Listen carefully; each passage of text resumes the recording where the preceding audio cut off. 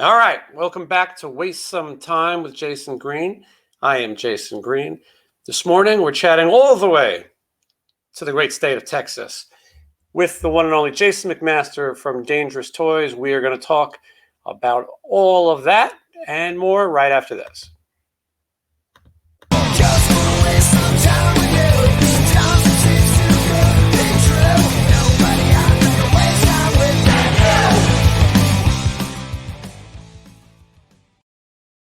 All right, here he is, Jason McMaster. Good morning. Good morning, Jason. I was admiring your setup, and you were letting me know that you have a podcast, which we should mention. Tell me about your podcast a little bit. So it really wasn't that long ago that one of my songwriting partners, Jared Tootin,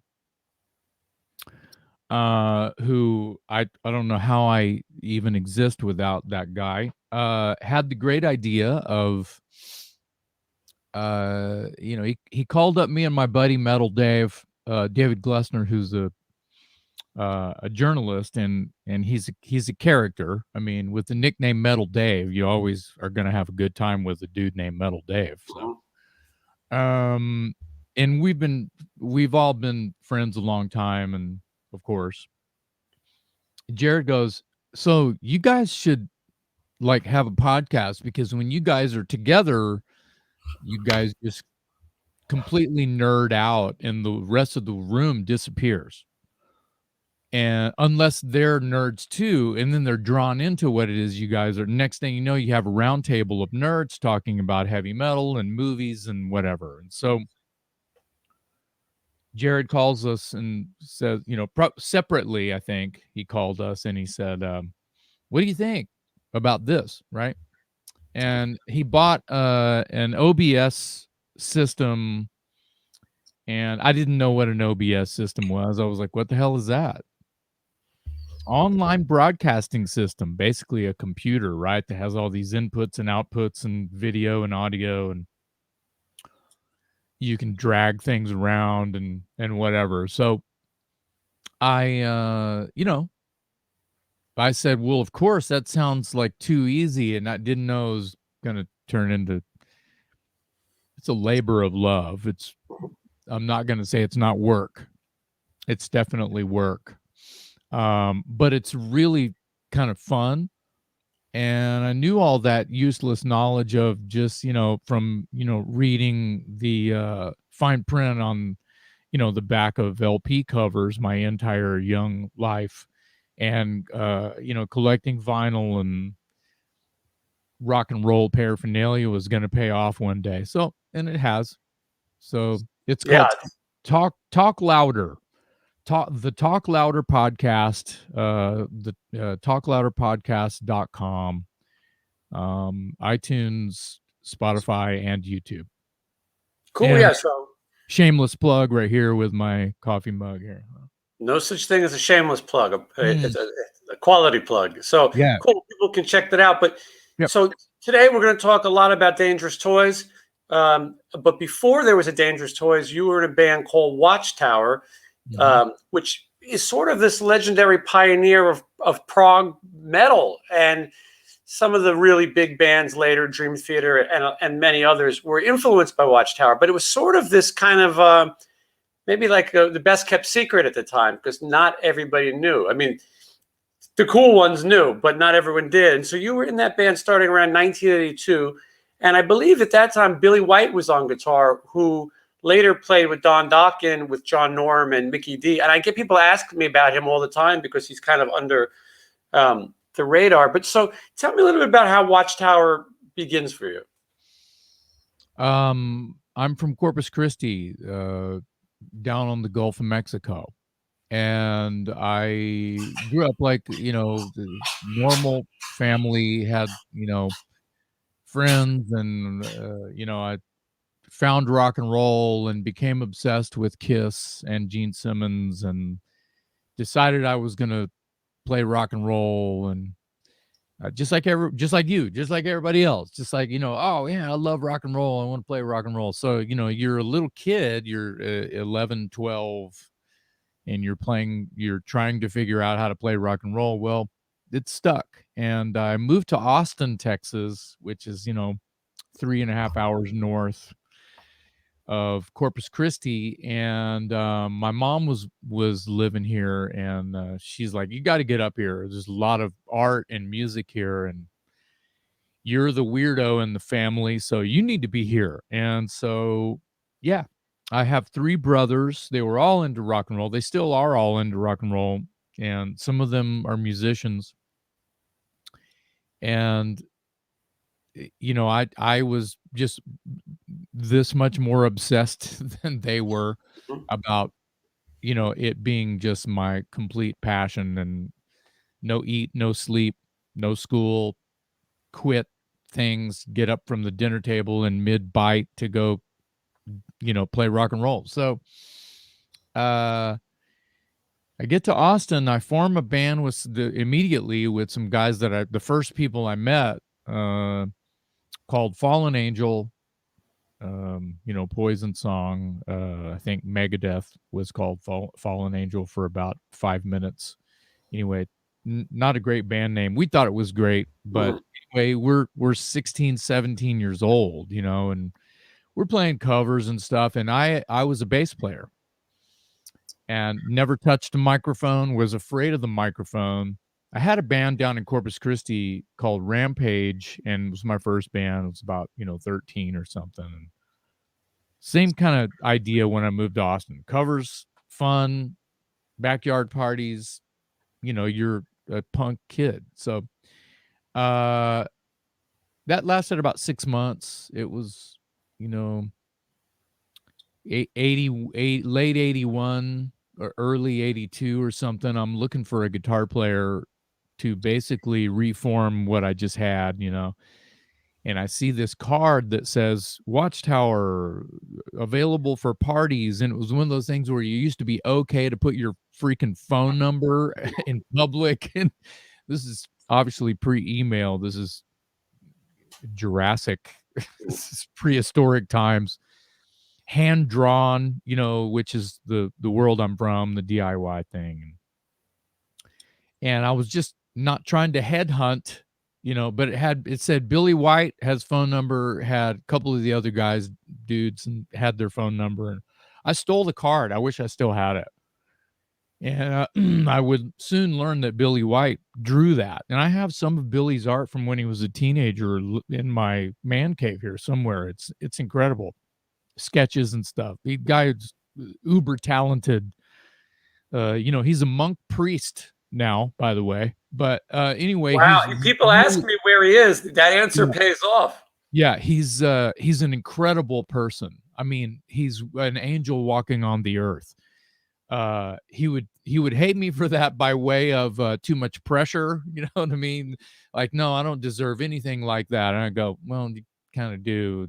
He's kind of a savior. Anyway, he I end up, I'll move forward. I end up calling that number, and I'm like, hey, I'm not, looking to, you guys are a metal band. I got this thing that kind of fell apart. I'm seeing if you know anybody. I'm not trying to steal you from your band or anything. And he's like, we've heard of you. And I'm like, how have you? I've been in Austin 9 months. And what have you heard? Oh yeah, we heard you're pretty good. And I'm like, what? And I was like, I don't know anyone other than outside of my little bubble here. End up going to Billy White's house. He's like 16 years old. He's got hair down to his ass. He looks like, one of the kids from Dazed and Confused or something. He looks exactly like one of those characters. And so I had brought my bass and a little amp, and I'm like checking out his room. Whoa, Van Halen and Randy Rhoads and whatever, posters everywhere, Iron Maiden everywhere. And I'm like, oh yeah, this is good. I'm feeling right at home. And he just picks up his guitar and starts playing Eruption and any Randy Rhoads solo. And I've been in the room 5 minutes, and he's just completely blowing me away. So a couple of weeks later, I end up being their singer. Well, I had only been singing for that 6 months that my band Fallen Angel had been, and I wasn't good.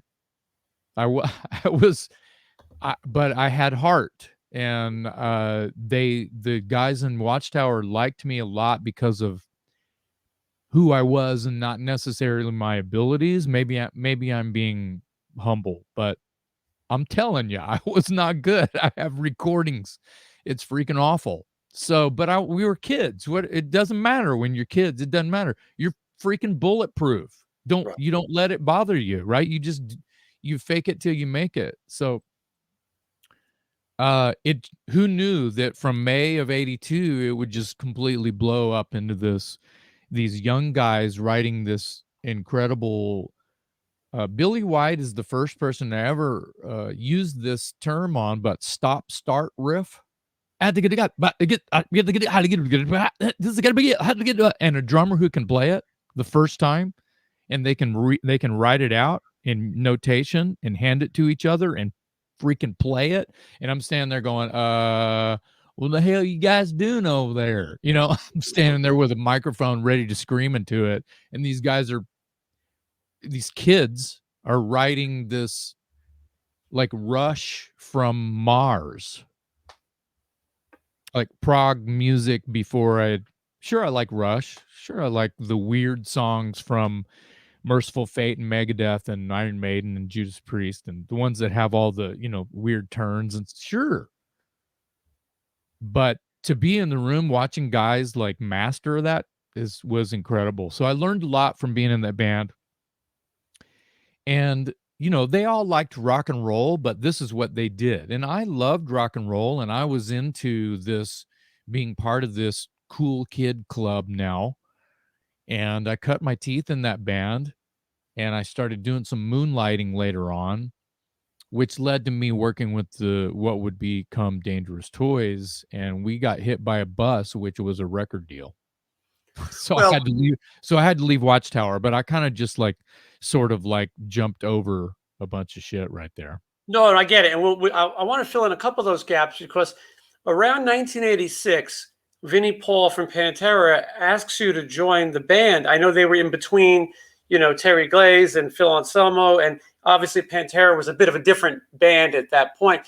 Did you know, Vinnie and Dime at that point from being around Texas? How does that happen? No, the cool thing is I like talking about this only because it clears up some things. I was offered an audition. I never auditioned. I didn't accept the offer to audition. Their father, I call him Mr. Abbott, called me first, which was interesting that this, someone who could have been my dad is calling me, hey, I'm Mr. Da, da, da, and I'm looking, kind of management style. And I'm just a dude, and I'm going, whoa, this is trippy, and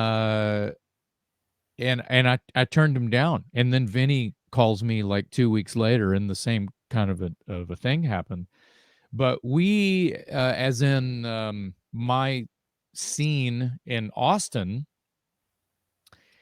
we had heard about, just things, people talking, man, I saw this band Pantera and they played this and they played Metallica and they played, but they were saying, they would play Def Leppard and they would play, They Van loved Dokken. yeah, Vinny loved Dokken at the time. yeah, they would play the popular hard rock and heavy metal songs. It didn't matter if it was thrash or, this new thing called thrash or whatever. I don't think that they were covering Destruction or Sodom or Celtic Frost or Venom like me and my friends kind of wanted to, but they were, the popular stuff. They were doing club circuits. They were wearing pink and purple and green and yellow on stage, right? They had big hair. And so it was kind of like,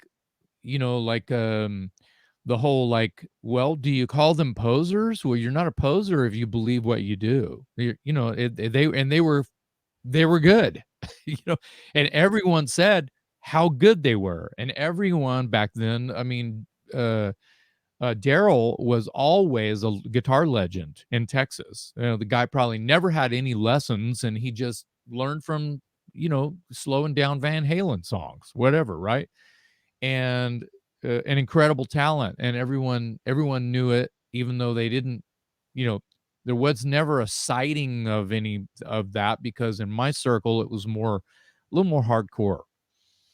So, 86 comes around, Watchtower's first record is out, Energetic Disassembly. It's getting attention globally, still on an underground level, of course. It's self-produced, it's kind of hard to listen to as far as production, because in Austin it's kind of a twang town, Telecasters and Fenders and acoustic singer-songwriter thing. It's not really a metal town, right? So here we are, and a bunch of our friends formed bands so they could open for Watchtower. We helped. It's a lot. I know it's a big crown to wear for me to say this, but I will insert the word arguably Watchtower, and if not myself, had a giant hand in getting, kickstarting the thrash, the metal thing in Austin, Texas. In '82. So yes, the Pantera camp calls me. I was losing Billy White. I say we were losing Billy White.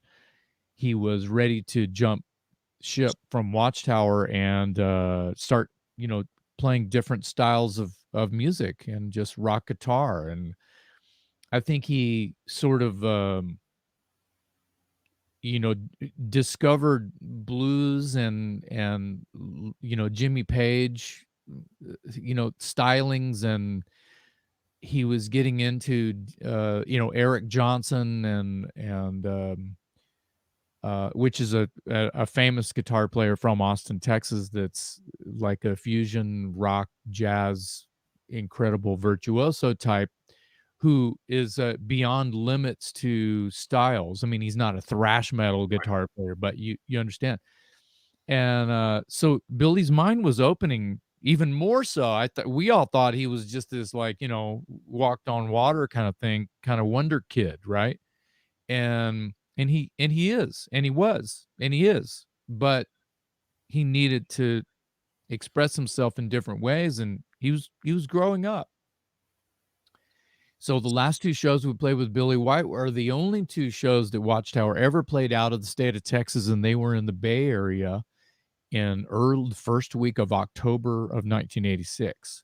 I believe it was right before that Vinny, the Pantera camp had called me and just to see where my head was, and I was searching for a new guitar player to replace Billy. And the guy that we wanted, there was no audition necessary because we were friends with this guy, Ron Jarzombeck from San Antonio, which is, an hour south of us. And we knew him because he was in a band called Slayer at the time and came later to be known as S.A. Slayer because da-da-da-da-da. But S.A. Slayer's last gig was opening for Slayer. So there's this infamous gig, Slayer versus Slayer. Or Spinal Tap. Yeah, but they got along. I mean, it was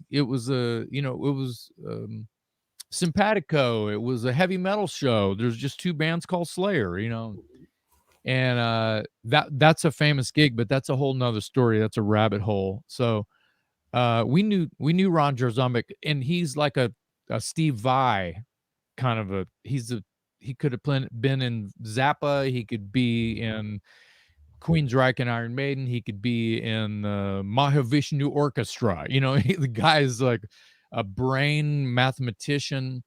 He was he was much like the guys in Watchtower, as in they could they could write out notation for a crazy riff that sounded like instruments falling down the stairs in time.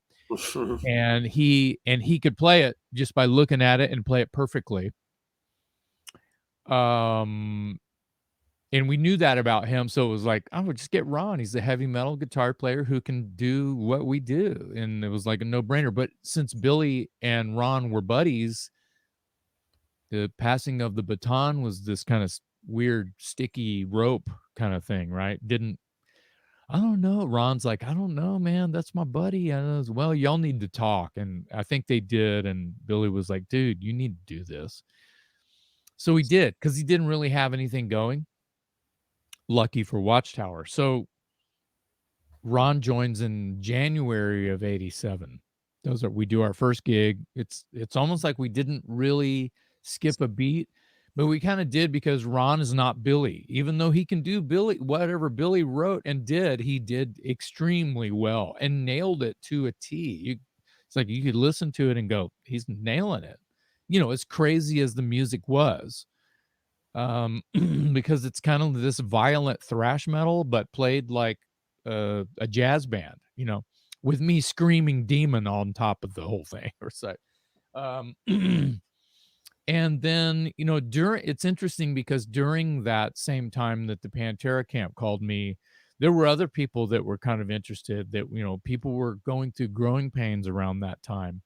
Another band was Dark Angel. At the time I was really close with Gene Hoglan.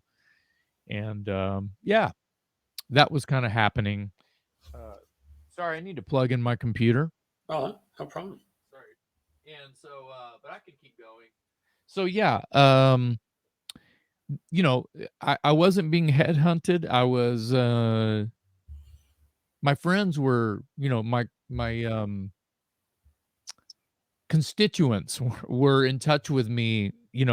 Just seeing where Watchtower was and where my head was, and it was coming from a couple different places. Well, it's good to be in demand too. It's Yeah. not a bad thing. Yeah, years and years later, I think it was like 95, I'm standing behind the back line with Daryl and just some of his boys, his party boys, and it was Pantera, of course, with Typo Negative in San Antonio at Sunken Gardens, which I'm playing at October 9th with the Toys. Nice.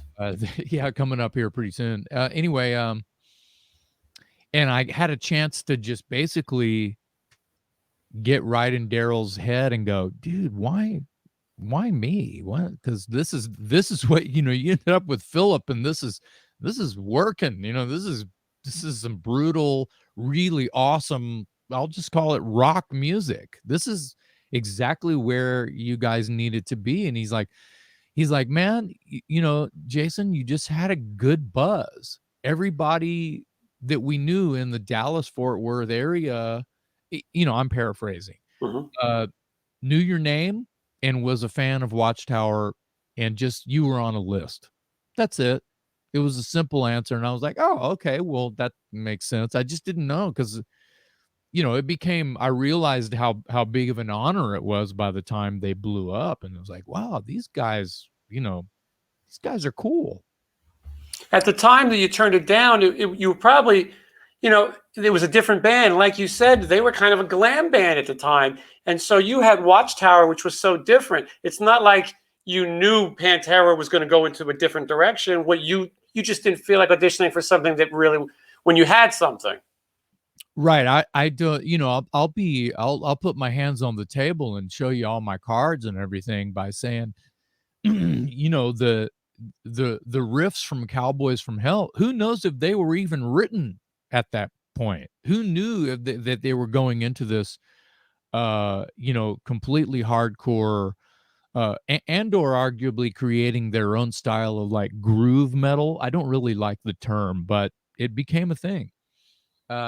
As well as that they could thrash too, I who knew? Because I didn't. I just thought they were this kind of glam rock band that did the cover band circuit, and that's all I knew about them. I didn't, no man, we got a record deal and we're doing this. I was like, man, that's awesome. But I was really kind of blinded by my own worries with Watchtower because getting oh my god, no Billy White. What do I do? And then Billy was a big deal to me anyway, right? So, we get Ronnie and we keep going and, it's fine for a while. And, a lot of people really stuck on the Watchtower that had Billy White, and we were garnering new fans and new ideas with Ron and the band, which is fine, especially if you're playing that kind of progressive, kind of crazy. Uh, I started moonlighting. You know, I started moonlighting, doing ironically, doing some cover songs and stuff with, friends of mine who were just getting in the garage and playing Rat, or Dokken or, who knows, Fast Way, just whatever, and they were going, "Hey, you wanna come just hang out and, you know, sing some songs?" "Sure, man, that sounds fun," so I started doing that and was having fun doing it, and all the guys were my buddies, and some of them were just neighborhood buddies, and next thing you know, they're booking a gig, and "Yeah, sure, why not?" You know what I mean? And these, the kind of house band at this club called The Back Room, which is kind of infamous now. They're actually making a documentary about it. Bloody and Bruised: The Untold Story. The trailer is available right now. People can just look it up. The Untold Story of the Back Room, Bloody and Bruised. And of course, me and all my buddies are all over the trailer, and the movie's going to be really cool. But anyway, so there was this band called Onyx, Onyxx, Onyx, with a girl singer who dyed her hair black and wore all black, and then all the rest of the guys, they look like a nightmare, It looked like a Hollywood nightmare, the bleach blonde with wearing pink panties over their green spandex, and pretty much what the Pantera guys, in my mind, what I thought, leopard Uh-huh. print, Kiss Asylum or or Animalize clothing, I'm just going, "Oh my God, where's the demon and the Catman? Jesus, bring back the demon and the Catman, please." Um, and and I'd met the guys, and they had come see Watchtower, this band, the guys in this band Onyx, and they approached me one day to go forward, and they had heard, "Hey, I heard you're doing some cover songs with so and so and so and so," and see, Onyx was the house band at the Back Room, so they were pretty popular, and they had their own scene going over there. And I'm used to setting up my own shows downtown in a hall or, a theater somewhere and charging 3 or $4 to get in, and that's what Watchtower did, and we had help doing it. We learned from, friends of ours, Chris Gates, who is a founding member of Junkyard, and Chris Gates and David Roach, who I went to high school with, the singer David Roach. Those guys, Chris and David, are from Austin, so they moved to Hollywood and formed Junkyard, right? So it's all connected. So Chris Gates, used to help us set up Watchtower, set up shows. He was playing in punk bands and stuff, and so we learned a lot of the way the punk guys did it. The metal bands kind of stole that, fanzines and tape trading, and shit. It's how bands got signed. Mhm. The whole tape trading thing is that this huge mountain of reason why. I mean, the biggest band in the world, Metallica, is from tape trading. They got everything they have started with tape trading, and their first show was opening for Saxon. I mean, they never played a gig before, and they're gonna open for Saxon at the Whiskey. It's crazy, Mhm. but it's all because of the underground, river of that thing they helped create. Anyway, so, um, where was I? So, yeah, the Onyx guys approached me, and I'm like, "Sure, that sounds fun, I'm doing it with these other guys, why not?" Because they had lost their singer. Onyx had quit and was gonna form a whole other band, still call it Onyx. They pissed her off or something. She split. So they came to get me, and I'm like, "Ah, fuck it, why not?" So, I was learning. I was doing silly cover songs with these guys. Why not with these guys who had a following? Yeah. We had to come up with a band name, and that story goes with, I'm rehearsing with these guys a couple of times a week, and we're just doing covers, and they had some songs that they wrote with Onyx. Her name, is Terry, and I can't remember Terry's last name, but they were all Terry's lyrics, except for a couple of them, which Mike Watson, the bass player from Dangerous Toys, had written. And we, I was like, all right, well, I'll sing those, and I'll try to write some other stuff later on, and not taking it too serious, because remember, I was in this cool thrash band called Watchtower, and I held that over everybody's head. I'm not really with these guys. I'm still in Watchtower. It was a little bit of pride, had some growing up to do. So we end up calling the band Dangerous Toys. We're in Mark, the drummer from Dangerous Toys' kitchen, and the phone rings, and it's the guy, Jim Ramsey, who's no longer with us, who was the booking agent guy at the back room.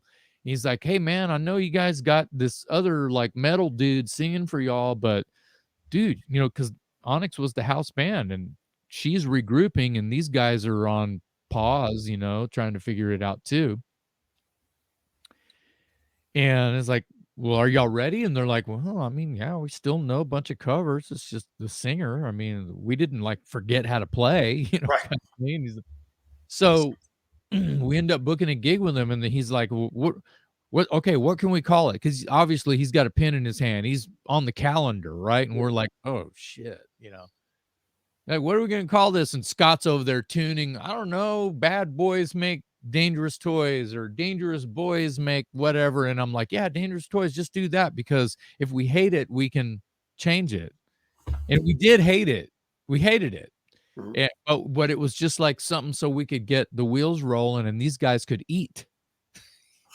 Because some of them were sofa surfing and, doing the whole, finding a victim to live with. Right. Yeah. Struggling resistance. Right. Rock and roll dudes in Hollywood, guys would move from the Midwest to Hollywood with, like a hobo and with a guitar, and stay on whoever rock and roll lady's couch would let them, and feed them some top ramen. It's an infamous, just a way of life that was happening. And, now they're big rock stars. Anyway, so yeah, that was happening on every level. Not myself. Well, I can't say that. I was staying at buddies' houses mostly, and, working disposable jobs just so I could play rock and roll. And these guys were no different, except for Mark, who had a house, and was married to his wife for, God, going on 45 years now or something. Wow. Yeah, it's great, and she's the best. And like, they were a tribe already, so we were just part of their tribe now. And so Dangerous Toys stuck, and we stuck with that name. We started playing gigs under the name, and quickly became kind of a, you got to go see. Oh no, they used to be called Onyx. They're called Dangerous Toys. You got to come see this, because they got this like thrash metal dude singing like Led Zeppelin and AC/DC and Aerosmith and Poison, and there's this new band called Guns N' Roses and LA Guns and Faster Pussycat, and they're already covering their shit, so it started snowballing. I was in the band 6 months. We played the second ever South by Southwest music conference, and someone from a publishing company saw us and offered us a deal. And next thing you know, we never left Austin to showcase for 7 major labels. Hit by a bus, got a record deal. It's pretty crazy, Jason, because the bands you named were in Hollywood and working the scene. And I think when Dangerous Toys gets successful, you're on the Headbangers Ball with those bands. I think a lot of people. I was on the East Coast. We didn't know. You just assumed Dangerous Toys was a Hollywood band also, and that you guys were out there flyering and trying to get signed, when it was a completely different story from you being from Texas, playing South by Southwest, ultimately getting a deal with Columbia Records. Where did you guys? So I'm jumping ahead a little bit, but and you get Max Norman to produce your first record, which this is a legend. I mean, it doesn't get coming off of the Ozzy records. Yeah, I got 2 words for you. Crazy Train. Yeah, I mean, right. Yeah. This guy really had some amazing credits. This is your first record. So where do you guys go to make that record? Sound City. Of course, yeah. Legendary Sound City. So that's a big, that's a big move for you guys to do that. Yeah. That's all good stuff. And just to elaborate a tiny bit more, we didn't know shit. We were green. Even though I had made a record, I'd been in the studio, this many times, Mhm. not even my full 5 fingers are being held up right now. And those guys maybe, this many times, and we pretty much got our deal without a demo. They saw us, her name was Celine Armbeck from SBK Songs, which became a label a couple of years later. And they signed, I actually got them a record deal. They signed Extreme, not Extreme, but I didn't get Extreme a record deal. I got this band out of St. Louis that was called Broken Toys, ironically. Mhm. Not to be confused with Dangerous Toys or Broken Teeth, which is a band that I have been in for over 20 years now. So Broken Toys changed their name to we get to St. Louis, their fans think that Dangerous Toys, who already have a record out and are already on tour and already the work is done, their fans are Broken Toys fans in St. Louis. It would have been the same if they would have come to Austin and opened for Dangerous Toys and at the back room, right? It would have been the same war, right? So we walk in and they find out who we are and they're playing because they were the house band, Broken Toys, and they were badass. And I told them, God, you guys are awesome. And I ended up hanging out with those guys anyway, their fans were mad. You guys need to change your name. And it's like, we couldn't even do that if we wanted to. That's done deal. It's already underway, my friend. Don't get mad at me because, anyway, it was funny. And those guys, I got along with the Broken Toys dudes great. And I told Celine from SBK about them, and she was like, I'll check them out. I sent their demos. I mean, hand delivered. Ultimately resulted in a record deal. It was kind of a little bit too late because of what it is they were doing. They were like this. They were almost like that band Scatterbrain. They were like bands that like, and this is where the marching band part comes in, Right. but they're like a funk rock band. It's kind of heavy.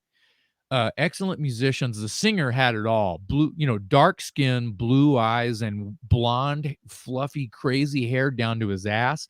And he danced like Prince.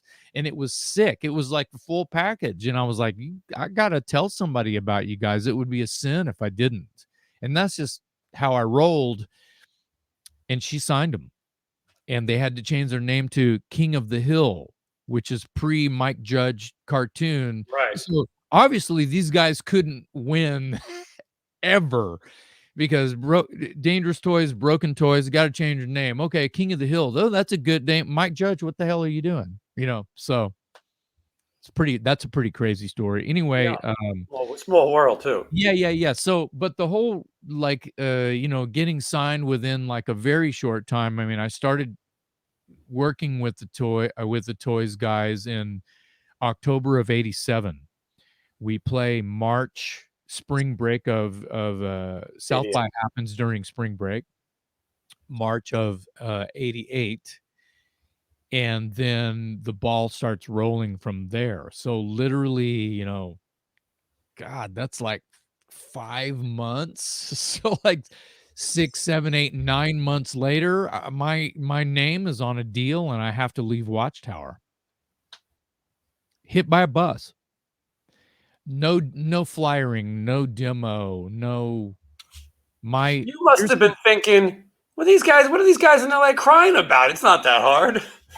Well, we didn't even think about it until people like you would go, hey dude, tell us about that. How did that? So you didn't have to eat bologna sandwiches. You didn't live on the street. You didn't have to go to New York or LA to knock on doors. You didn't have to. No, we didn't do any of that.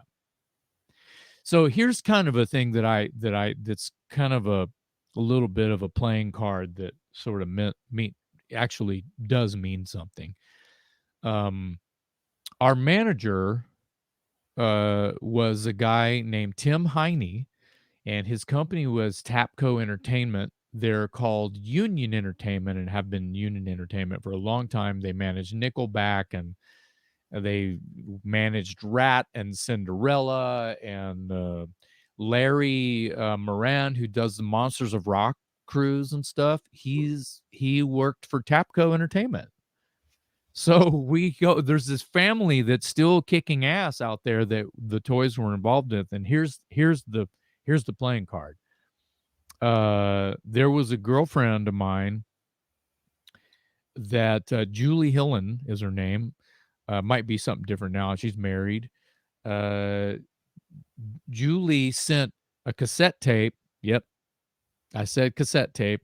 One side was the most recent Watchtower demo, which would have been from April of '87.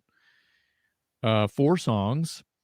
And on the other side, live from the back room, basically a board tape, but it was broadcast live as we played it. The radio station brought a truck and tapped in, and we were live on the radio as we were playing. We played all of our own material, which was like, I don't know, 7 or 8 songs, and an early version of, I think, like Sportin' a Woody and Teasin' Pleasin' and Outlaw. Didn't have Scared, didn't have Tin Boots, only had about a third of the record, really, and then some other songs that never made the record, right? And that's on the B side. The A side was Watchtower, just to be clear. The B side was Live Dangerous Toys. Same singer, 2 totally different styles, completely wacky if you think about it. So Julie sends this tape to an intern at an unknown to me, Tapco Entertainment. I came later on to realize that Tapco managed Y&T and Keel. It was like, I have those records. Right. I covered those songs. I mean, it was kind of, as a fan later on, I'm in the Tapco offices, and there's these framed albums and gold records and stuff, and I'm looking at my manager Tim, and I'm going, he's going, yeah, what do you think? I'm small time. Kind of funny.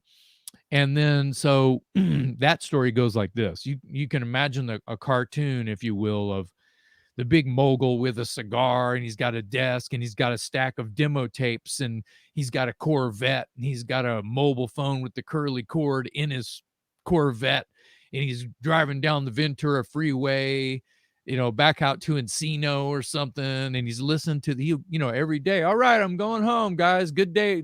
Have a nice day. See you in the morning. Grabs like 3 or 4 tapes off that, and this was his ritual. He would get in the Corvette, hit the highway, and throw one of those demo tapes that were unsolicited. They were just sent, right? Jules had sent it to an intern who was a friend of hers, and he just put that on the stack. Pile, yeah, he just put it exactly. And so, not that long after, I believe that she sent that, and I had forgotten that she sent it. The phone rings. What had happened is he got to our tape and he heard Teasin' Pleasin', which was the first song on side B. He must have just fast forwarded and flipped it or something. I can't believe he found it. And he literally, from the mobile phone, calls they called him Hondo, just to give you a name. Hondo, who the hell is this? What the hell is, you get these guys on the phone. This is a hit song, and blah, blah, blah. It's like from a movie or some shit, and so our phone rings, and that's separate from Celine Armbeck from SBK. That's separate. Then we play the South by. So we already knew about Tim Heine and Tapco Entertainment, who was like, oh, some manager guy in LA. All right, that's cool, whatever. And then Celine happens, and then we tell Celine about Tim Heine, and they're both from LA. They don't know each other. So we tell Celine about Tim. They get together and have lunch in LA the next week. Ball starts rolling. After we end up doing the deal, we're in the Four Seasons or the Omni or something in downtown Austin on like I'll just say the 13th floor because it sounds rock and roll. Right. And where there's a spread and we're whining and dining and we're looking at each other going, what's going on in here? People we don't know, a lot of people we don't know, people we wouldn't even befriend. It's like, what the fuck is... And they're all coming up with their haircuts and they're nice to meet you guys, great show, and da da da da. The beginning of something that was just kind of you had to get used to, or you don't get used to it, and you're just like, oh, there's us and them, and you got money and we don't, and you're taking some of ours, kind of shit. Yeah. So then the short list of producers comes up. Yeah, we're going to LA to make a record, and Max Norman is, we want him to do, and we're like, what? Crazy? We knew the name because he actually produced records that we loved, other than, Ozzy and Right. like Dirty Looks. We loved Cool from the Wire. We heard it on the radio before we weren't trying to get signed. So when we hear Cool from the Wire, we're going, oh my God, this is us. This is exact. We love this. This is same cloth. We were hearing Dirty Looks, and side note, Paul Lydell from Dirty Looks is now in Dangerous Toys and has been since '94. So yeah, I was gonna say it was funny how it worked out. Yeah. And we formed Broken Teeth together. He hadn't been in Broken Teeth since like 2007 or something, but he's still songwriting partner and good buddy and da da da da. So that's a lot. That's a lot to take. That's a lot of story to chew on right there. Yeah, well, it's nice to to suddenly be courted, you know what I mean? And around all these people, like you said, who are gonna, they're gonna be getting a piece of your money on top of all their money, and you're now, the talent. Right. So you go into the studio with Max Norman. So you guys, like you said, you don't have much studio experience, and now you're with a legendary guy who certainly knows what he's doing. Tell me a little bit about what the experience is like being in a studio, a real studio, with a real producer. Yeah. So you're exactly right, but just to pump it back up on my end, because it feels like it just went underwater for a second. Austin has got studios, you throw a rock, it's a music town. Everybody knows that. And the studios we had been in are have like, Stevie Ray Vaughan shit hanging on the wall. Yeah. Stevie was here, kind of shit. So, whoever was someone around the time that was creating the buzz for Austin, it's a music town. It's like, the studios we'd been in, we had been seriously lucky to be in, because just we were from here and we got a bro deal and somebody was interning there, or da da da da da. And the Watchtower thing, the Watchtower record, that was at a studio called Cedar Creek, and Toys did end up going and cutting demos of early versions of Teasin' and Outlaw, and I have those. Those are probably online because they leaked. I mean, it's been 32 years, Right? 33 years they leak out. So because it's like they signed a band and someone who's got all the money, it's like, about to hand over hold on a second. These guys have a demo? Have these guys ever been in the studio? It's like, hey, let me write a check. Put those guys in the studio. I mean, let's see what comes out the other end, so, and so, they weren't going to take our deal away from us. But it was just kind of a funny moment. So we get to LA. We're staying at the infamous Oakwoods. We didn't know that the Oakwoods were famous until we got there. Mm-hmm. It was a hotel vibe, but you see actors and, hey man, that guy looks familiar. You're in Hollywood kind of thing. And the guy from 16 Candles, is in the hot tub, the dad from 16 Candles, who was also in like some of my favorite stupid movies, Strange Brew, the same guy. You don't bug him. Later on you realize, you were living next to one of the guys in Kingdom Come or something like that. But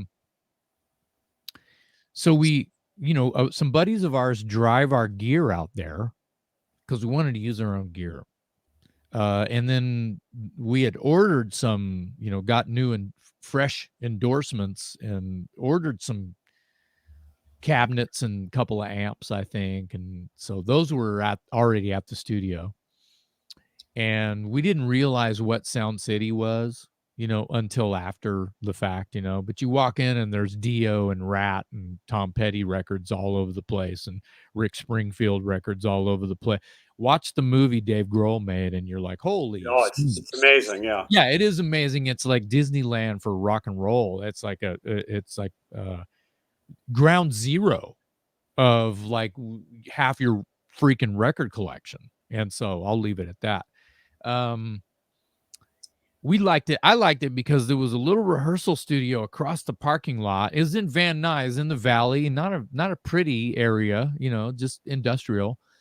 And they're across the parking is a warehouse vibe. You walk Sound City and you see a sign, hand painted sign. It's like it looks like a warehouse. It's like corrugated metal. Okay.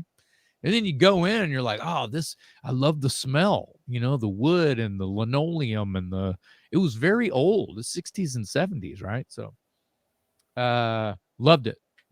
And I liked it. The rehearsal place across the parking lot, I don't know if it was part of the studio or not, but right next door to that was Skull Skates. And I was still skateboarding a little bit back then. And the dudes, they saw us there every day for months, right? And the dudes at the skate shop gave me a skateboard called Dead Guys. And because on the bottom it had Elvis and Jim Morrison and Sid Vicious, and it had all Dead the Guys. Yeah, Dead Guys. And I thought it was the coolest thing ever. A little morbid, but hey, look who you're talking to. So yeah, it was a great time. Max worked our balls off. Again, do it again. Yeah, it was a bit naff, mate. Do it again. Just over and over and over. But I really think that that work ethic can make you get out of your head, and stop thinking that you know how it should go until you just find what it's supposed to be, And I think Max was like really good at that. It wasn't pleasant all the time. We got to hear a bunch of Randy Rhoads stories, which was great. And Scott got along with, trying. I don't think Scott really liked the work ethic that much because he was, he just felt like Max was just kind of being a dick. And he comes off that way, but I don't think that he's being a dick. I think that he's working you. He's trying to get what it is that he needs you to do, because he knows what it's, once he understands your songs, he knows what needs to happen and get on tape. So, and it might be a little bit of a different experience because some of the bands would say, yeah, we got this legendary producer and he was pretty much there to collect the check. You hear those stories too. Yeah, we brought this guy in and he just brought in his friends to play on the record and he collected his money and he ordered food on our dime. And whereas Max, even though he may be a tough personality, he seemed really interested in what you guys were doing and trying to bring out the best of you. I think that that's why he, has the name that he has, is because what he did for people. I mean, I think he eventually helped create like Dave Mustaine's voice. I think that the songs on the Toys record we were proud of them, but we were just happy to be young and writing rock and roll songs, the kind of a thing. We didn't realize that this intro doesn't work kind of a scenario, or you're playing the same riff for 3.5 minutes. Why don't you you know, work on your breakdowns. They're too long, or, you know, or whatever it was, you know. Like, here's an example, like Tin Boots was one of the last songs to be written for the record. So that's why we would rehearse and we would get in there and bash out, you know, try to come up with slightly altered versions. And Max would stop by and he'd go, that middle bit there, why don't you play the drums halftime there? And we're like, well, huh, what? So that, I call it the mosh part. It's like a Mhm. halftime,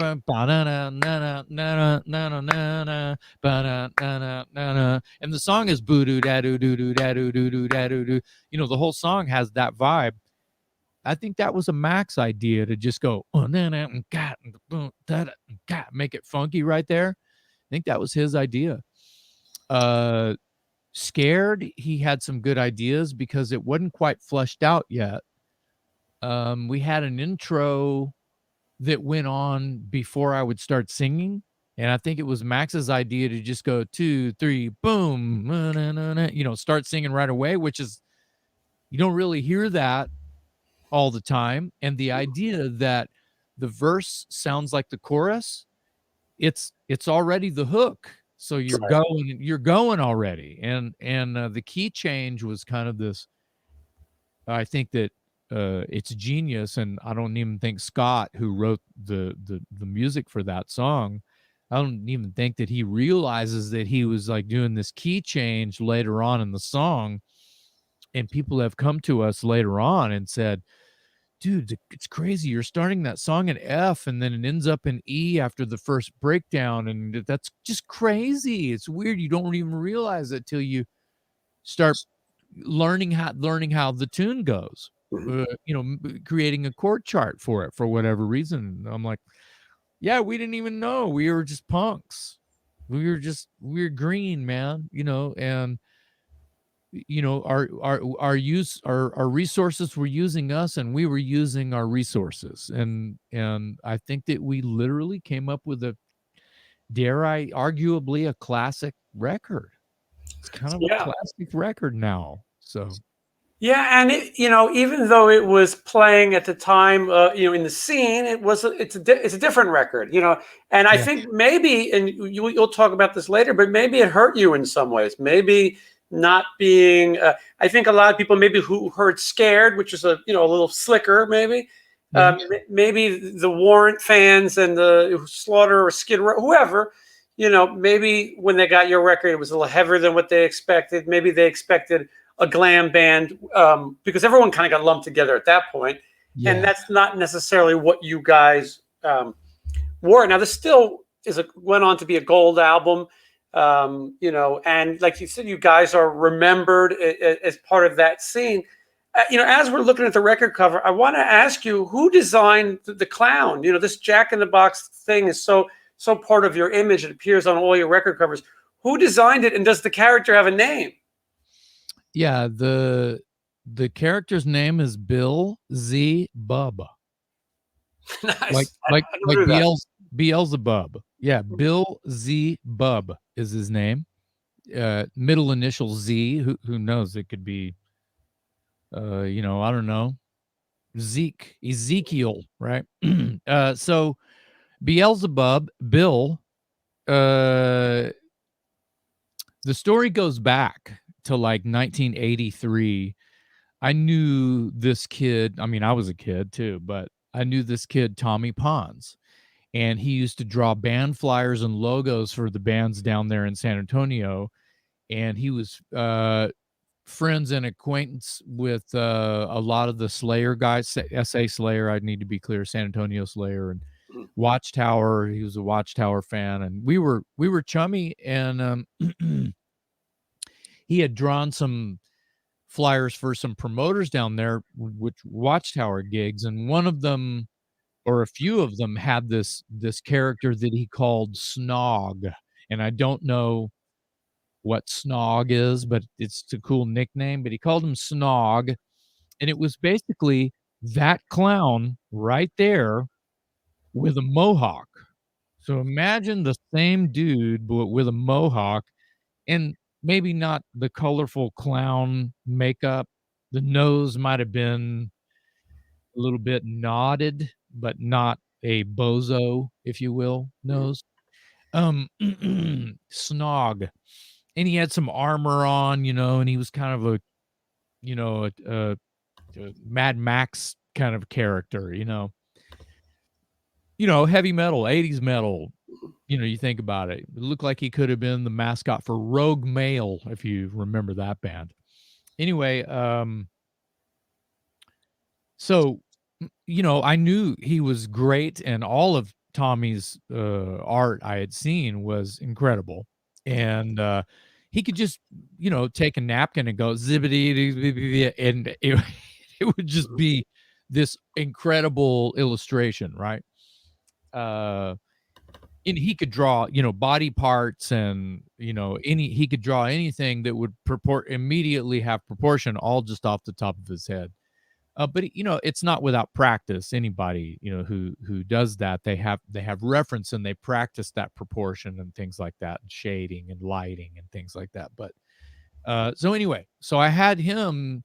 Little did I know, I had him in my back pocket. So fast forward, I'm talking to Tim, the manager, and he goes, "Well, we got to come up with some concept. We got to get some depth on this. What, that fits your band, or fits the music, or fits what it is you guys are doing. I mean, you guys are a bit wacky, and, you don't really write one kind of a song. It's Southern rock, but it's metal tinged." And, you start thinking about what it is the hell you're about to get yourself into, right? So, and I said, "Well, what is a dangerous toy? What are dangerous toys? What are, it's like,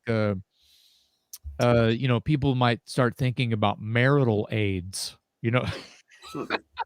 stuff you get at the porn shop or something. But it wasn't that, obviously was not what we were doing, not intentionally. And I started thinking, well, what about a Jack in the Box? That's kind of a dangerous toys, and it goes with the scared theme, because you got a clown shoved inside of a crypt, and you're cranking it and cranking it, well knowing that he's going to come out and jump at you, boo, and scare the shit out of you. Well, and And Poltergeist too. The movie right, Poltergeist had yeah, that really scary image, and it definitely creates something. and Stephen King stuff Mhm, going right. on, all of that stuff was already in, like, horror culture, pop culture.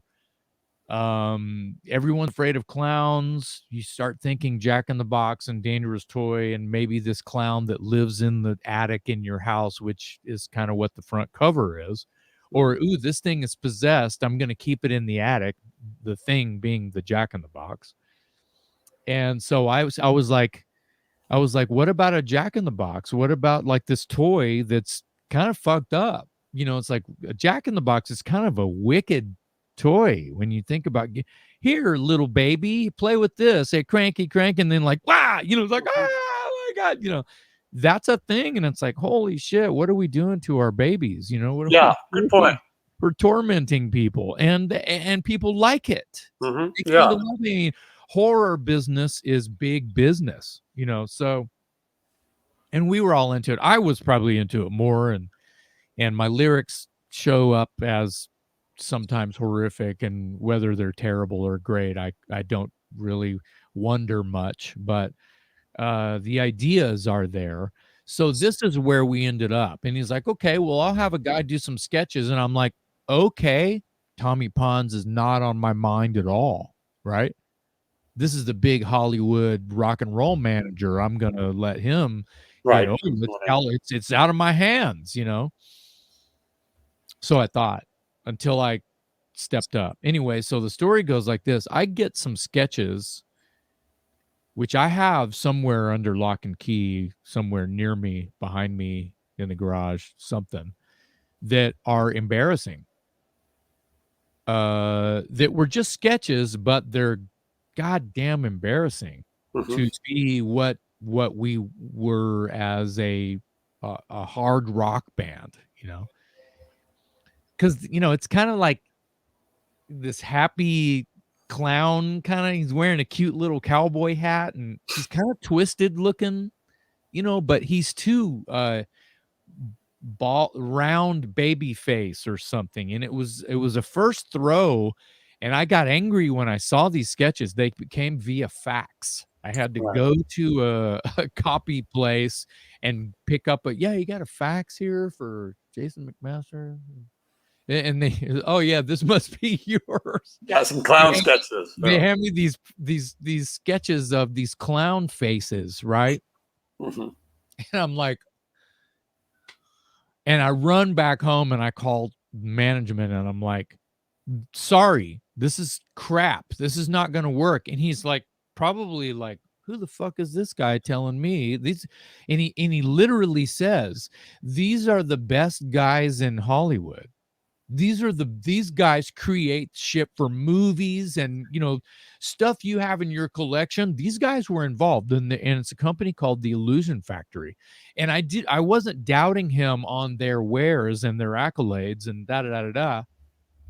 I was talking about my shit. I'm not worried about the world. I'm worried about this. This is not going to work.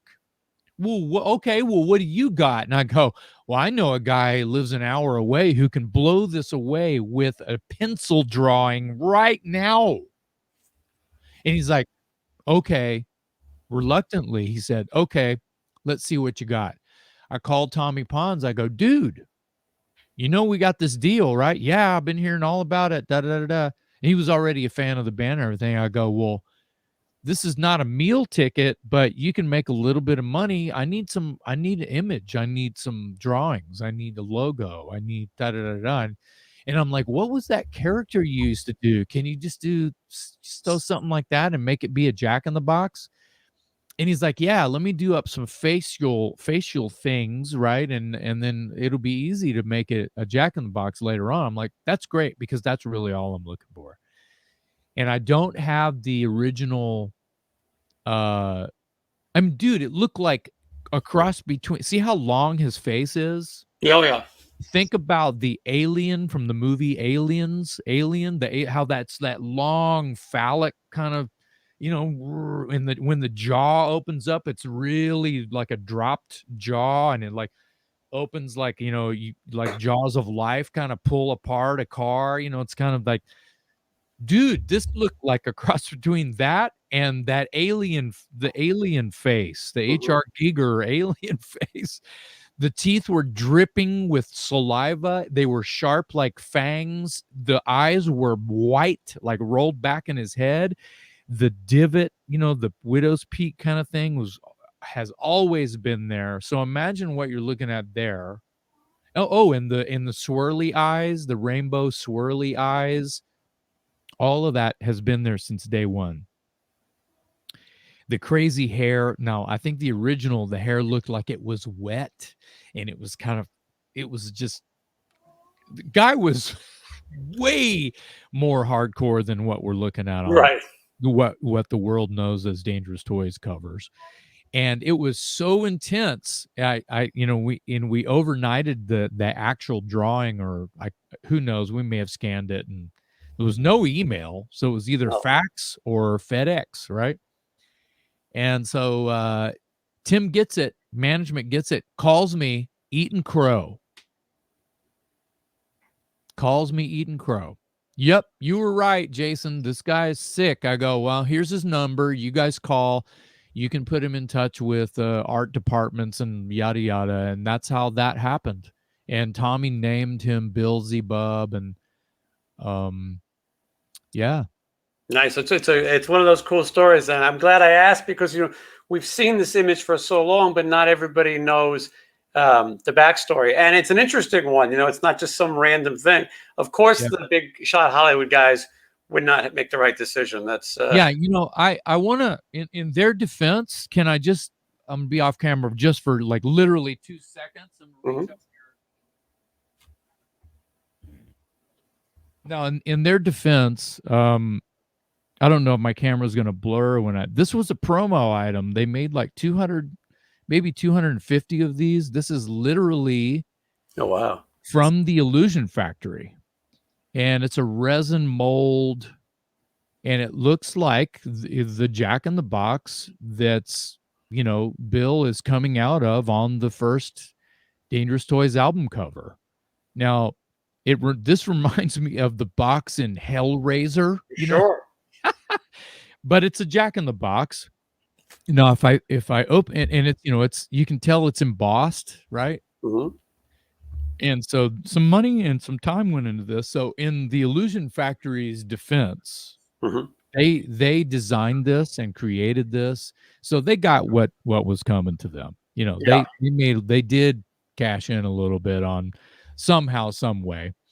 Actually, they ended up, before I move on with this, they ended up.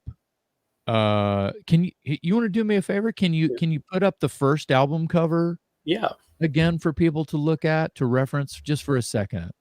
The Illusion Factory, the Tommy sent the album cover uh, uh, original to the label, or I'm sorry, out to California unfinished.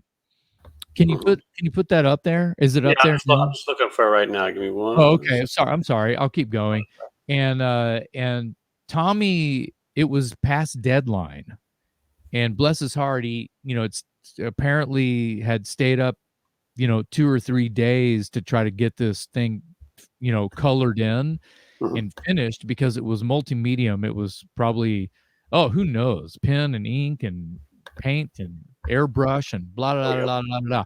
If you look closely at his earring, it's the state of Texas. What's wrong with that?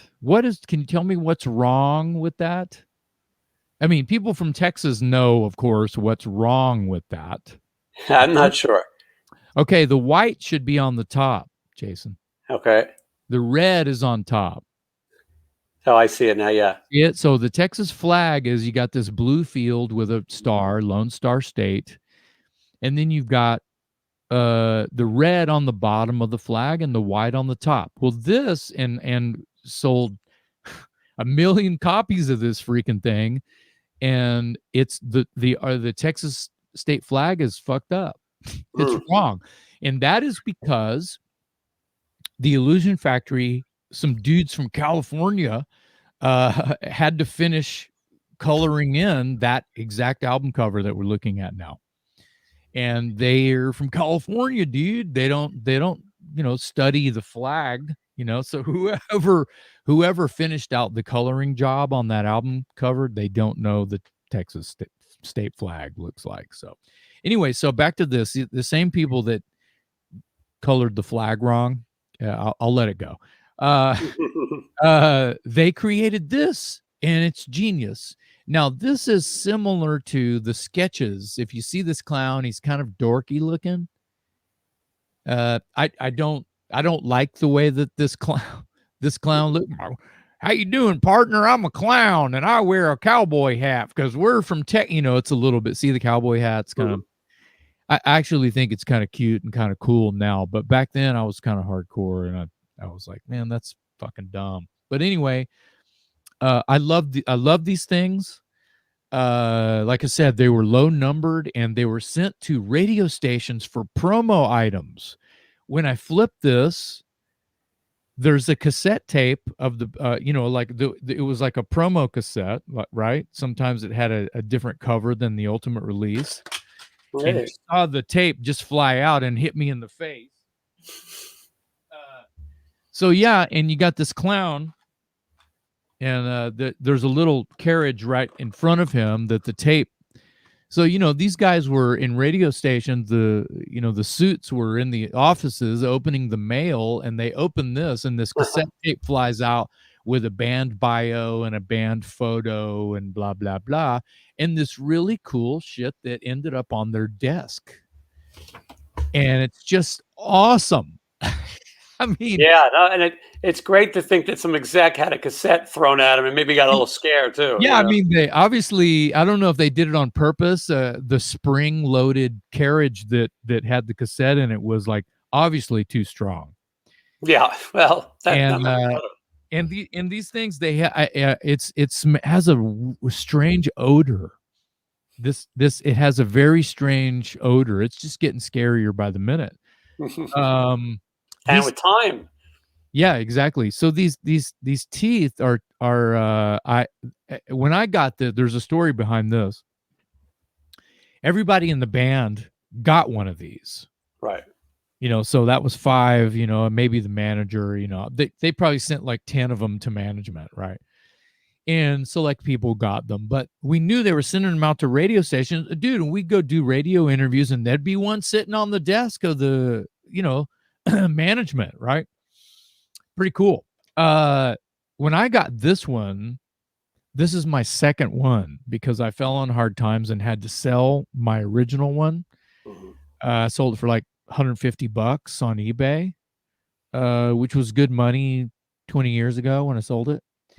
And anyway, how do you have another one? Them being so rare, obviously I was meant to have one.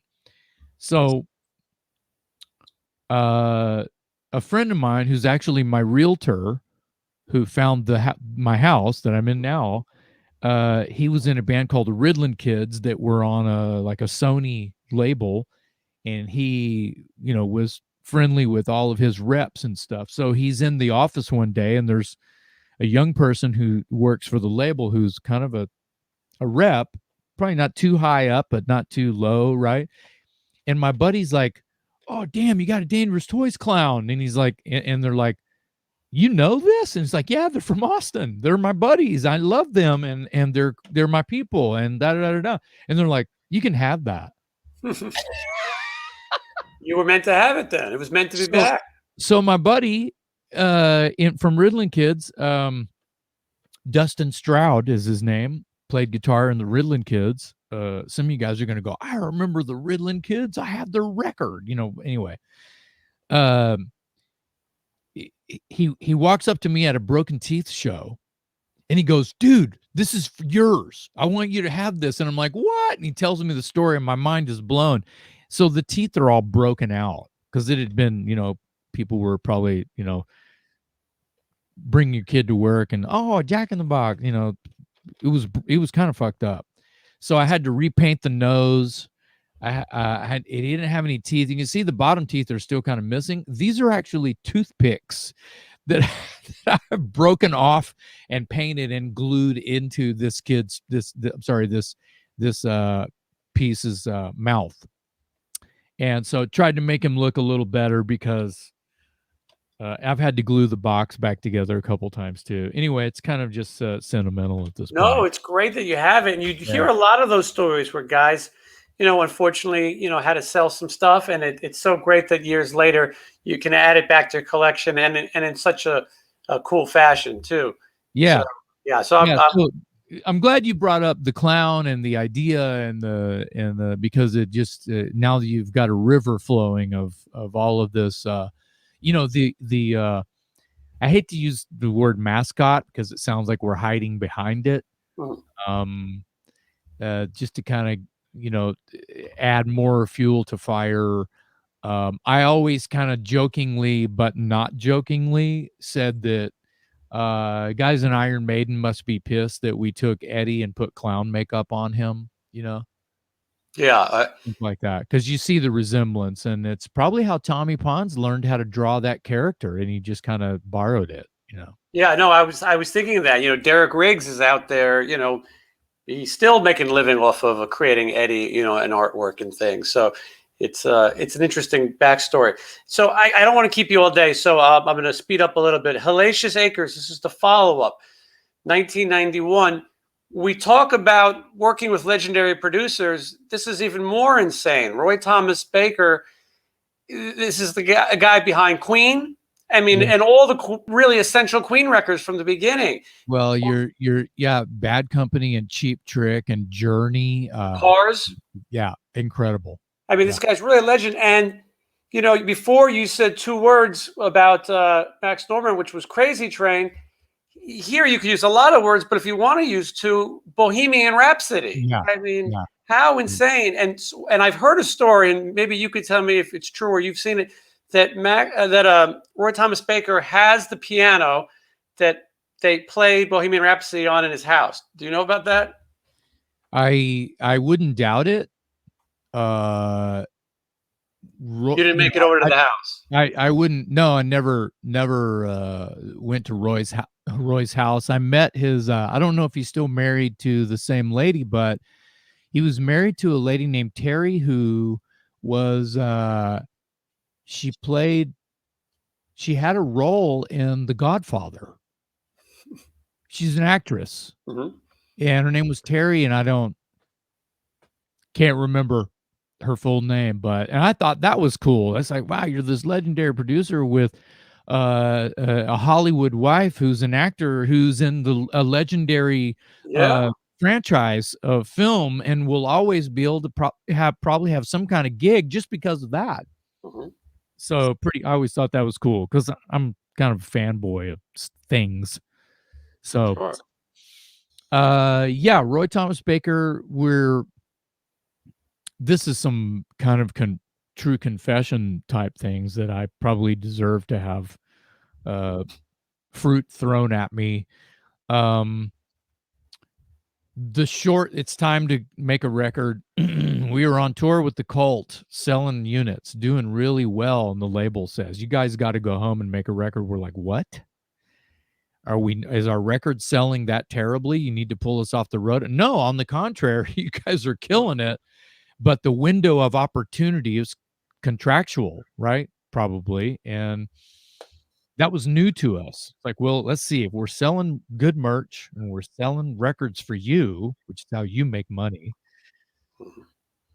you want us to come home because you think that the window is closing. I would have honestly much rather stayed out on the road and even picked up another tour supporting someone and just milk the ever loving out of that first record before I would go home to make a half-cooked, in my opinion, a half-cooked Hellacious Acres.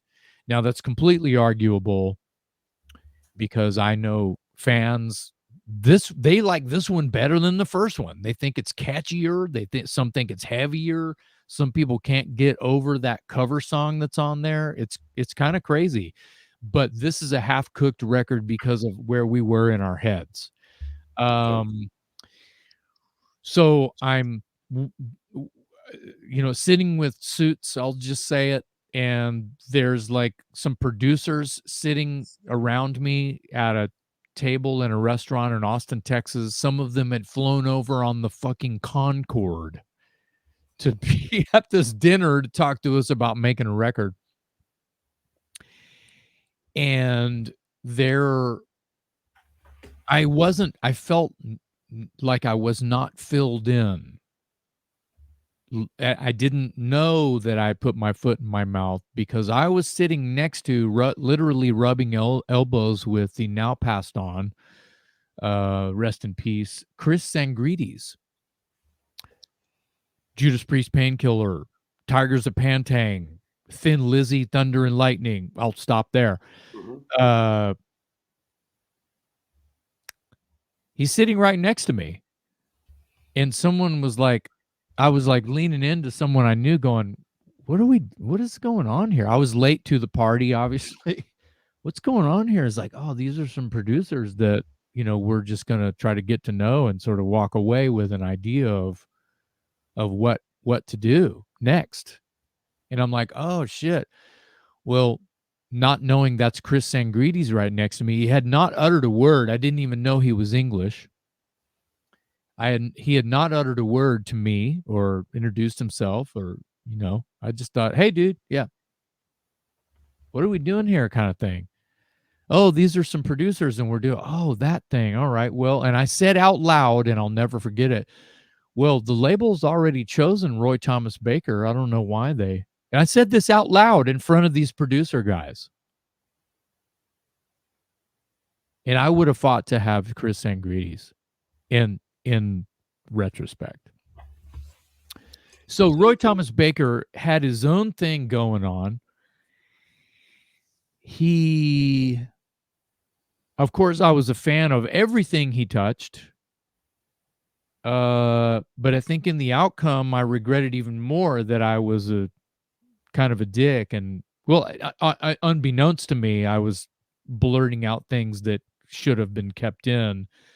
I shot myself in the foot. Kind of, I feel like I shot myself in the foot because I didn't get to like look into everybody else's backyard to see what toys they got for Christmas. And they had already chosen Roy, and in my mind, thought I was happy with that. I don't think this record sounds as sonic as it could have. I think a lot of it's swimming in reverb, which I didn't. My drummer Mark used to say, when we left L.A., this record had tone.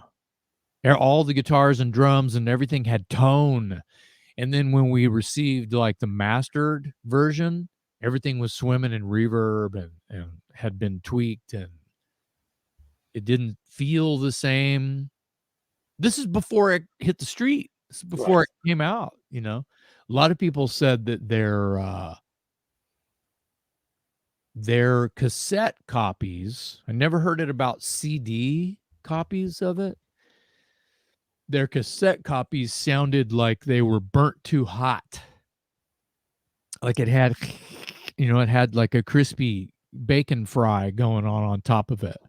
And I thought that was kind of interesting. A lot of people didn't complain at all. They said, "Oh, this is even better than the first," like I said earlier. So to each his own. I've told you the story. We were pulled off the road to go home and write. God damn it, kind of thing, right?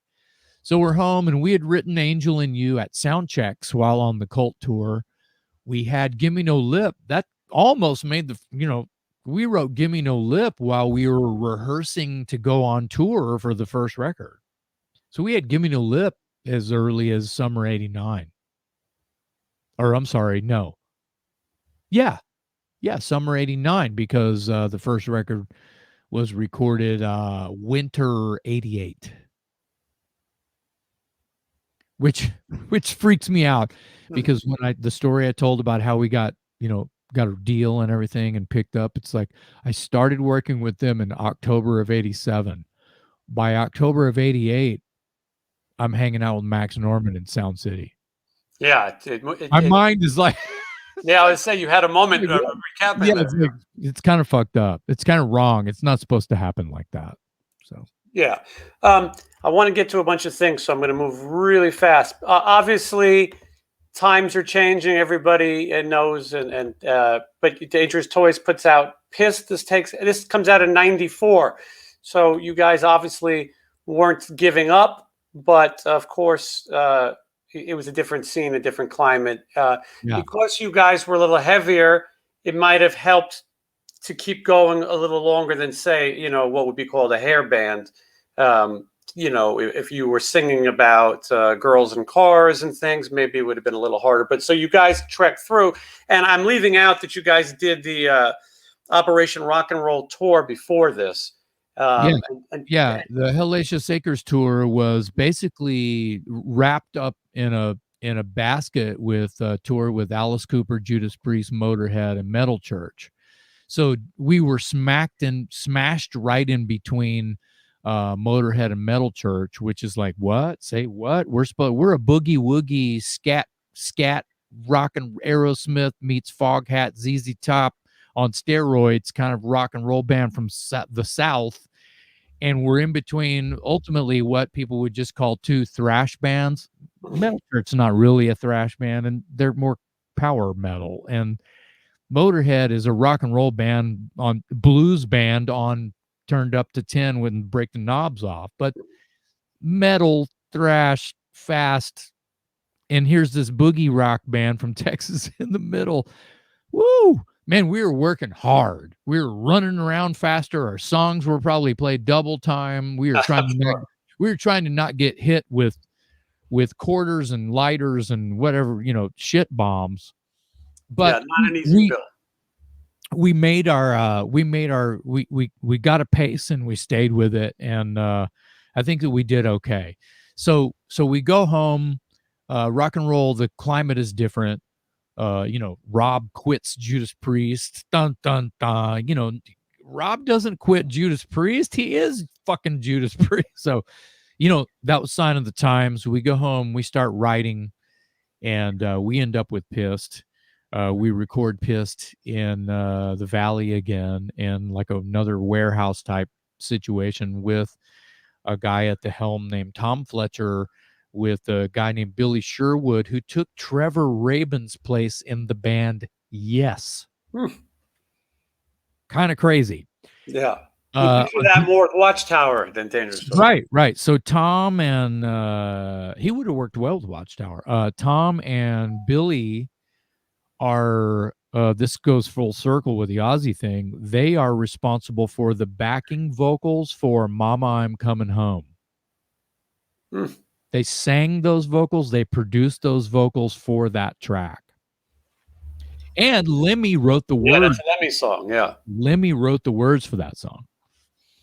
Kind of crazy. Yeah, it's crazy. Anyway, so we make Pissed. It's great. You know, once again, Tom Fletcher, the engineer, who we would work with again in Austin to make the, some would say, ill-fated record called The Artist, formerly known as Dangerous Toys. And I call it the White Album. I played bass on that. Yeah. That would be the, I call that the Xerox cover copy that Cleopatra did. So okay, 95. Yeah, it's not even your, yeah, the original version is, of the artwork is a much, yeah, that's a scan. They scanned that, and that's what they used for the reissue. It's terrible. It's not your fault. Not your fault. So the Pissed album was recorded in March, right after the earthquakes. Paul Idell had joined the band in January in 94. So he knocks on my door on January 1st, 94. Hi, Paul. Great. Awesome. Glad to have you. You know, no audition. We just wanted him in the band, and we knew. And we had sent him some demo tapes, and he had been learning a bunch of songs we'd been writing. So we work up enough for a record, and we get this deal with a local independent label, DMZ Dose Records. And we go out to California. Our manager hooks us up with Billy Sherwood and Tom Fletcher, and we make Pissed. So Paul Idell's a new guy. The other four guys are original guys. We make the record. He works us hard. Record comes out great. I love this Pissed record. And my voice is stronger than hell on this record. I was pretty fucking high when I made this record. You know, a lot of weed. Tom Fletcher's influence was kind of bad, but he got really good takes out of me. So we were super proud. We come back home, and Mike Watson, bass player, quits the band. We have a 200-date tour booked. I call Michael Hannon from Salty Dog, who's originally from Columbus, Ohio, but had been a transplant in Hollywood. And Salty Dog's some LA dudes, a couple LA dudes, and they get a deal, and they put out, "Oh baby, come along," right? Salty Dog. So we knew him, and we were fans of that record. And I called Michael, and I'm like, "What are you doing?" He goes, "I'm on a ladder painting a house." I go, "Put your SVT in the van and drive to Texas. We need you for a 200-date tour." "I'm on my way." Click. Yeah. Put down the paintbrush. On my way. And he was thinking he was going to make some money. I think that he tells a story like, "You guys paid me $5 a day." I'm like, holy shit. Why did you say yes? Should have kept painting. Pick up the brush. Yeah. So anyway, that was a great tour. We had to move some things around because Mike Watson, he's the harmony on Scared. He's my other singer. Paul Idell is a great effing singer. And so he was able to really carry it. But, you know, Michael Hannon sings like Alice Cooper. You know, it's kind of a niche, right? "Hey man, I think I like me." You know, it's more, it's a thing, right? It's not harmonies, and you know, it's niche. I have no regrets. It was a great tour. We were waning. It was 94, 95 because of the climate, and everybody knows that. That's fine. We're still you hung in a little longer than most. I got to jump ahead and ask you this question. 1999, Dave Sabo mentioned Skid Row to you. Tell me a little bit about that. So same thing with the Pantera camp. Snake calls me 2 times, 2 weeks apart. The first time was like, "Hey man, how you doing? Got your number from so and so, and seeing what you're doing." And I'm like, "I'm just trying to save my band, and thank you, but I don't know if I could wear those shoes. Those are big shoes, and it's your band. It's not my band. I'm in my band, and my band is not going to give up." And he's At like, this point, there was no him other and singer, Rachel, right? him and Rachel were as far as what I remember, were the rumblings were him and Rachel were big fans of my voice and what I did, and thought that I could write songs with those guys, and I still believe that I would have been able to write some kick-ass songs with those guys. And You had a good image for it too. You're a yeah, tall guy, long hair. I think you fit kind of. What I was saying is, I don't think at that point, no, Sebastian Bach was the only singer for Skid Row. So yeah, yes, this would have been a big. It's easier to be the guy who replaces the guy, but when you're the first one up, boy, are you going to get scrutinized. yeah. Did you ever give it any consideration, or was it just, I don't think it's right for me? It was the latter. I really felt in my heart that it wasn't right for me, and I couldn't really give a better reason other than just going with gut. And maybe some of it was, I think it's probably leaked out that, I mean, I like Skid Row. I don't own their records. I don't have any. I don't. It's not something that I pursued. I don't have their records. I think that I love Rachel. I think Scotty and Rachel and Snake, I love them. I love them because of what they did for rock and roll. And I think that they kind of saved rock and roll in a big way, because they kind of recreated, the Guns and the Motleys. They did their own version of that, and it's something to like, oh wow, they made their own way with their influences, right? And I love it. I loved it that Sebastian was an old metalhead, or a young metalhead. He's into a lot of the shit that I'm into. Is who knew that his favorite band was fucking Rush? Mhm. It's kind of cool. Yeah. And so they had all this cool about Skid Row, but the songs I did, I would have felt like it was a cover band. Sometimes when you're in a cover band, you're a cover band, you're covering songs that you didn't pick. Mhm. So a little play in that. Sometimes when I felt like my bank account was pretty fucking small, Yeah, you said I only should have time, took it.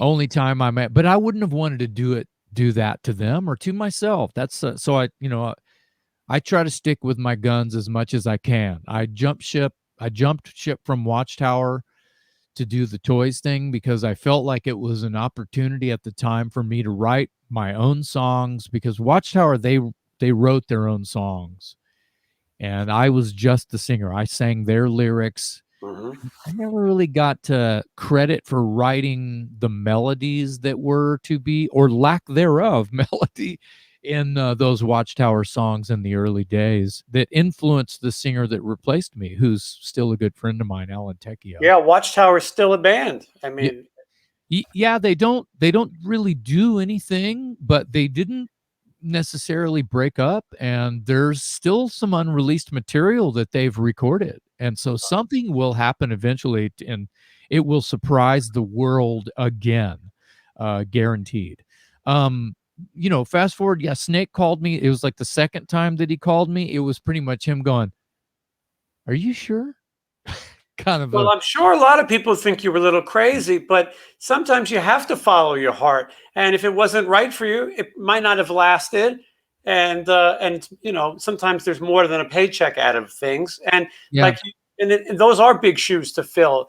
You really would have been scrutinized at that point. They've Yeah. had 4 singers or so since. Yeah, and I think Johnny Solinger, who's a fellow Texan, I think that he was scrutinized being the tall, blonde, skinny guy with a good range and some power. Yeah, I think he had a tough run. Yeah, doing it. It lasted a little bit, but sure, you're going to be under the microscope. There's so much that we didn't get to, but people can listen to your podcast and find out more too, because you never stop playing music. Your band Broken Teeth, and also, you've been teaching music too at the School of Rock. For a long time. I know 15 you are a years bass now. player and musician. Yeah. 15 So I think years. yeah, amazing. So I think it's great that people can come.